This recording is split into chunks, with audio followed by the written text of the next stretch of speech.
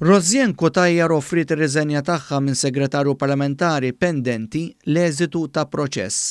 Din ir-riżenja ġiet aċċettata mill-Prim Ministru Robert Abela. Fi-stqarrija l-Gvern ippubblika l-ittra tar-riżenja ta' Rozien Kutajjar.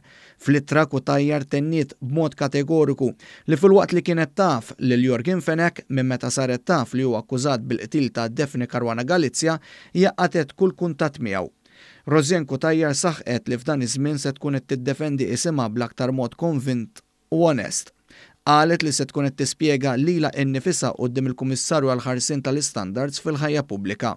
Fi stqarrija fuq il-profil tagħha fuq Facebook, Kutajjar tenniet b'mod kategoriku li qatt m'għamlet negozju ma' Jorgen Fenech. Rozien Kutajjar kienet ċara u saħqet li qatt ma użat l-ebda kariga politika tagħha biex tinfluwenza xi proċess jew deċiżjoni. Spjegat kif qatt ma ntalbet tagħmel dan u lanqas kif talbet hija qatt ma kienet se tasal li tikser il-patt ta' fiduċja li għandha mal-poplu. Sostniet li fil-karriera politika tagħha dejjem aġixxiet b'mod integru u korrett.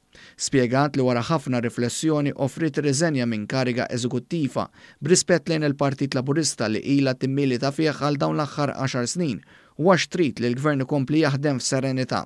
Saħqet li f'mument fejn qed jidher kemm dan hu pajjiż fejn tirrenja l-ġustizzja u s-saltna tad-dritt, mhux se tħalli lil min juża lilha biex jipprova jattakka lill-Gvern Laburista u jkisser il-ġid li qed inġibu għall-pajjiż. Tenniet li mhux se tħalli l-ebda allegazzjoni falsa u malinna ittappan ir-riformi li ilna tant naħdmu għalihom u li se nwettqu għall-ġid tal-Maltin u l-Awċin kollha.